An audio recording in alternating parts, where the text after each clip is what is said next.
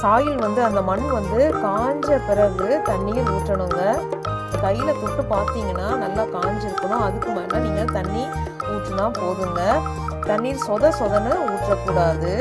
Okay, முழுக்க நல்லா ட்ரையாக இருந்தால் ஊற்றலாங்க. ஒரு கண்டெய்னருக்கு பொதுவாக ஒரு நாளைக்கு ஒரு தடவை இல்லைன்னா 2 தடவை ஊற்றினா போதுங்க.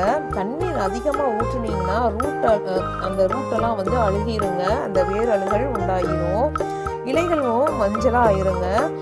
ஓகே, கோல்டன் டிப்ஸ் என்னன்னா, less water is better then over water. வெயில் எவ்வளவு தேவைன்றத பார்க்கலாம் வாங்க. கத்திரி செடிக்கு வெயில ரொம்ப விரும்பும் இந்த கத்திரி செடி தினமும் குறைந்தது 6 முதல் 8 மணி நேரம் டைரக்ட் சன்லைட் இதுக்கு தேவைங்க.